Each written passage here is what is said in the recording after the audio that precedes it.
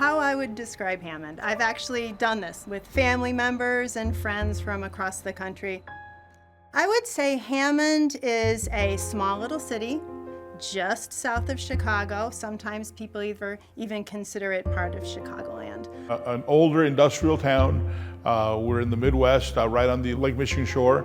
We are a town of big shoulders, a lot of industry. I've lived here most of my life. It's a blue-collar town, hardworking, diversity in employment, diversity demographically, diversity in income. I always say it's a snapshot of America. I really do.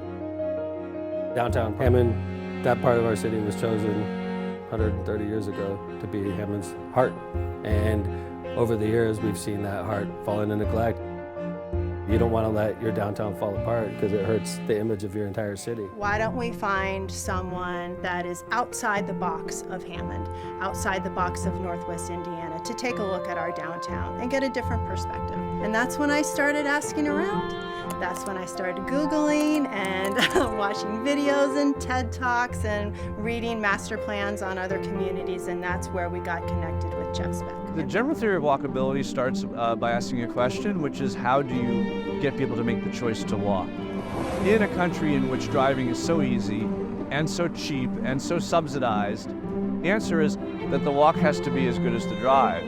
But to do that, it needs to do four things simultaneously. The walk needs to be useful, safe, comfortable, and interesting. And you can't just do three of them. Jeff doesn't take on a lot of projects because he is so busy.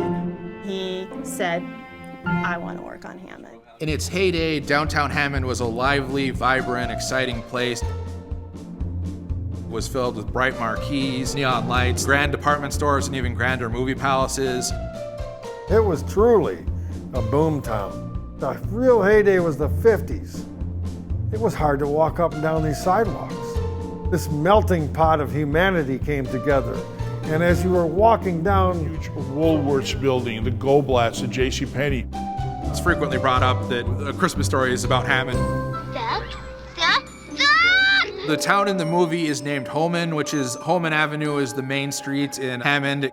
The Higbee's department store, where he goes to visit Santa and gets kicked down the slide and told, "You'll shoot your eye out, kid." That was based on Goldblatt's, which was the big department store in downtown Hammond. it really was amazing. So a lot of the money that had been made by the blue-collar people left and moved out to the areas further south. And the third thing, of course, once that money left, then the businesses decided, well, there's nothing left here. And so they moved out with them. And people would drive to the suburbs or the cornfields and go to the shopping mall because it was convenient. Downtowns across the country started to die off. And along with that dying off came the broken windows, boarded up buildings, businesses that had gone dark and could no longer sustain themselves. Something else which could not create community because it was just one thing, one aspect of daily life, isolated from every other aspect of daily life. So it is that we can live where we want to. The shopping centers now come out to meet us.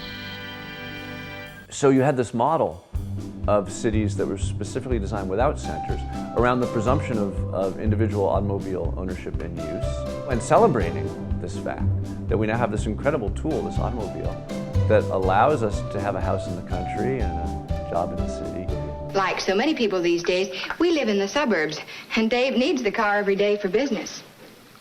When he was gone, I was practically a prisoner in my own home, but that's all changed now. 3 weeks ago, we bought another Ford. Our cities began to decant into these suburbs. And what's really important to stress is that there was a collection of federal programs, most prominent among them highway building and loan guaranteeing, that as I was about to start architecture school, I heard about this new town called Seaside that was in the Florida Panhandle by these two architects, Andres Swanee and Elizabeth Plater-Zyber. Liz and I happened to be from walkable areas, and we were nostalgic for what we had grown up with, Philadelphia and Barcelona. And so we projected a kind of the places we all wanted to be. In the new village of Seaside, Florida, people, not cars, dominate. The experience that visitors to Seaside could have that they weren't having at home was that you could walk out the front door of your house and walk a few blocks to the market or for a cup of coffee or to the beach without ever having to drive. What Seaside did that was so important, for the first time since before the wars, essentially, is it said we can make a new place in America that isn't just a pod. It's got places to live, work, recreate, shop all together, and we're going to make a town. And Seaside was possible because of the absence of rules. That almost everywhere else in America, making these places is illegal. There was actually no bureaucracy to tell us no. This was so out of the way that there was no one up in the county seat to say, no, the roads have to be wider. It was serendipitous from beginning to end. I realized that they were doing design at a scale in which it was having a lot more impact on people's quality of life. So in 1993, when I graduated from architecture school, I got to join the path of making walkable, livable places, understanding how it was possible, perhaps, to get back on that path. And it was Jeff's idea that this could be a book. It's called Suburban Nation, The Rise of Sprawl and the Decline of the American Dream. The Wall Street Journal called it the Urbanist's Bible. I think it sold close to 100,000 copies, which is really unusual when architects are. No city in American history, I suppose, has come as far as fast as Oklahoma City. And that's partially because it had a long way to go. You go back to 1990, it had become a pretty dreadful place. If you lived in downtown Oklahoma City in that time period, you were probably in jail. Mayor Norrick went chasing a United Airlines opportunity. They were searching the country for a community to locate a really nice economic development opportunity, 5,000 to 10,000 high-paying blue-collar jobs in a maintenance facility. And ultimately, Oklahoma City did not win this investment opportunity. Unbeknownst to the people in Oklahoma City, United had sent a team of mid-level executives into the city along with their spouses and just told them, hey, spend the weekend there and see what this city's about. And when they reported back to the board in Chicago, the experience showed that United didn't choose Oklahoma City because they couldn't imagine forcing their employees to have to live there. And so in the fall of 2004, just a few months after being elected mayor, I was invited by the U.S. Conference of Mayors to attend this kind of learning academy over a long weekend. And it brought in Jeff Speck, who was, at that time, kind of working in those circles. We had the least walkable downtown anywhere. $180 million or so in tax increment. And so they asked themselves, what can we do with all this money? There's going to be a windfall to the city. And they asked that question on about the same day that my walkability study landed on the desk of the mayor. We were trying to redesign this area that we called core to shore because it was the core of downtown to the shore of what would later be called the Oklahoma River. Jeff Speck was ultimately hired as a subcontractor to come in and start helping us design the streets in this new, more highly advanced and highly urbanized way. They don't have any, this parking's all wrong. They don't, why are they parked like this? You know what I mean? And he says, hey, and he walked out the front door. He says, what you need is this. You need diagonal parking. You can gain, I think we gained another 6 parking spaces, but also it gives you the whole entire feel of like you're driving through a small town. And I was like, genius. I'm like, who'd have thought that? And it's super cool. Our customers love it, we love it, but it really gives you that small town This is what I would call an anchor institution in the downtown. It's Paul Henry's art gallery.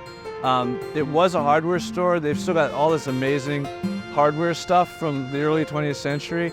It's owned by the guy whose father and grandfather and great-grandfather owned it. But most importantly, they have an open mic night every Thursday night that gathers people regionally from all over who have different talents, different interests. But it's an amazing community that forms here. It's a very artistic community. We're going to be reconstructing the street, doing a road diet, bringing it down from 4 lanes to 2 lanes. But what's happening today is we are relocating our iconic rotunda sculpture. So it's a great sculpture that the city had David Black. He's a renowned sculptor, designed in 2000. It means a lot to Hammond, and we didn't want to lose it, so we found a home for it down the street a little bit while we rework the streets, and a developer is going to come in and put in a big redevelopment, mixed-use residential project, and then when it's ready, we're going to bring the rotunda back into the plaza and reactivate it with some water feature, and it's going to be a great way to reactivate a public space right in our heart of our downtown. People went back into their neighborhoods and they ignored this area. Not without good reason. There was nothing going on here anymore. And for a lot, there were many people, there was sadness. They didn't even want to come up to look at it because they remembered how it used to be. And so it's vital, absolutely vital, for people to recognize that if you really want a city, if you want a wholehearted, all-American city, then you better get behind your downtown.